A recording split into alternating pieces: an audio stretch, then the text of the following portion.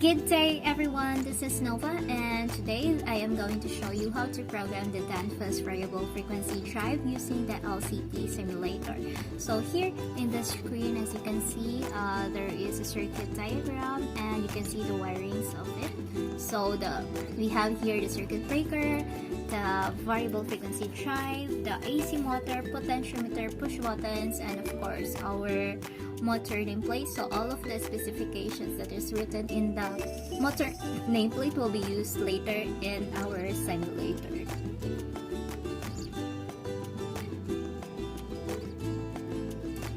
So moving down, now in the screen you can see the circuit breaker and it's wiring to the VFD. So I just want to emphasize the importance of the circuit breaker in this. So the circuit breaker provides protection against short circuits and isolations of the complete variable frequency drive through the disconnecting function. So here we can see the line 1, line 2, and line 3 of the VFD all connected to the circuit breaker. And here the wirings of the AC motor to the UVW of the VFD.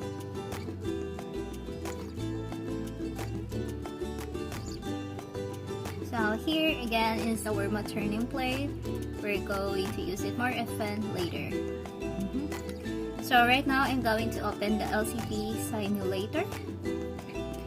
So if there's anyone here who wants to download the software, so I'm going to put the software link below so you can download this and practice this at home. So this simulator is actually very close to the actual local control panel of the Danfoss variable frequency drive. So yeah, I recommend this one. Okay, and now we're going to click the so I'm just going to put the motor nameplate here and beside the LCP simulator so it's easy to see. There.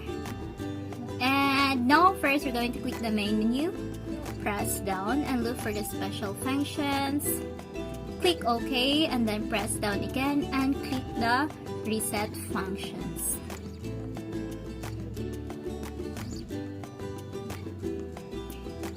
Now we're going to look for the operation mode.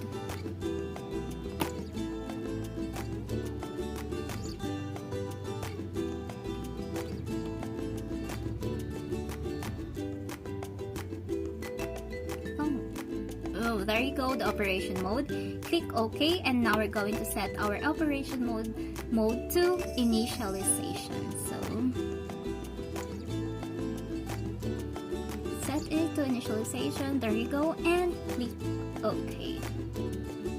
So right after that we click the quick menus and press down and click the quick setup, and now we can see the language, so we're going to click OK. So there is actually a lot of languages available in this simulator, so this is kind of very good so that anyone can use this, but I prefer English, so let's click English for the language. And then move down and select the motor power, and then we're going to set our motor power according to the motor plate that we have, motor nameplate that we have. So we have a 7.5 horsepower, but then if you notice that the simulator is actually using the kilowatts units, so what we're going to do here is that we convert the 7.5 horsepower to kilowatts. So now we have a 5.5 kilowatts, so we set it, there you go, and click OK. Move down again and click the motor voltage. So now we set our motor voltage to 460.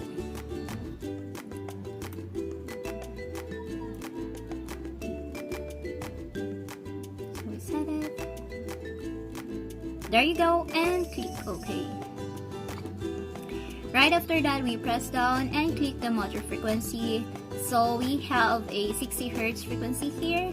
So we set it to 60 Hz. Okay, there you go. And click OK. Right after that, move down and click the motor current here. So in the motor nameplate, we actually have a 9.20 amps of motor current. But we're not putting the 9.20 amps here because we have to multiply our amps to the service factor, which is 1.15. So 9.20 amps times 1.15 is 10.58. So we set it to 10.58.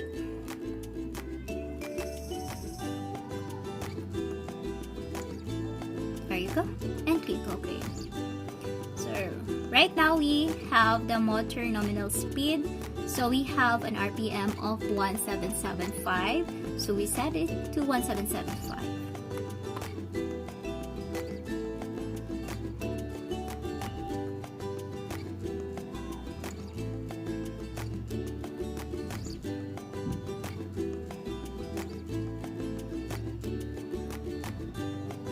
There you go, and click OK.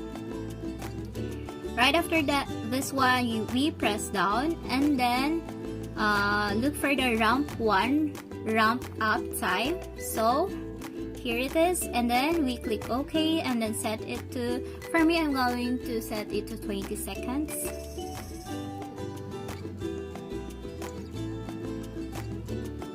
And click OK. Shortly after that, we go to ramp 1 ramp down time, which is also 20 seconds. Here, we're not changing that, just press down again, and now we click the main menu. We have to click it twice, so there you go. And now we have to look for the digital input output. Just press down. Okay, there you go, and click OK. Now press down again and select the digital inputs. And now we can see the terminal 18, so we have to set it to latch start.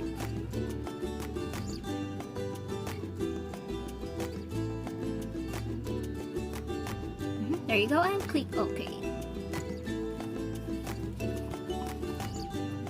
So right now, we're going to click the terminal 27 digital input and then set it to stop inverse. There you go, and click OK.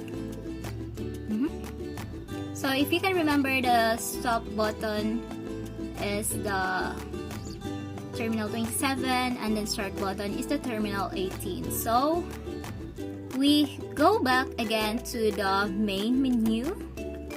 Click the main menu and then press down and then select the reference ramps. Click OK and then click the reference limits.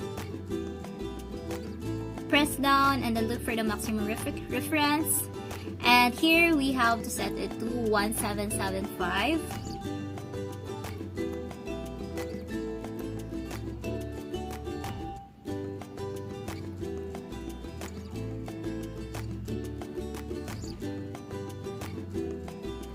There you go. And now the next thing we have to do is click the status beside the quick menus. We can see here the status, and then next is the auto on. So actually that's the last thing we have to do here, and now you can see that it's working. So I hope you learned from this video. Thank you. Bye.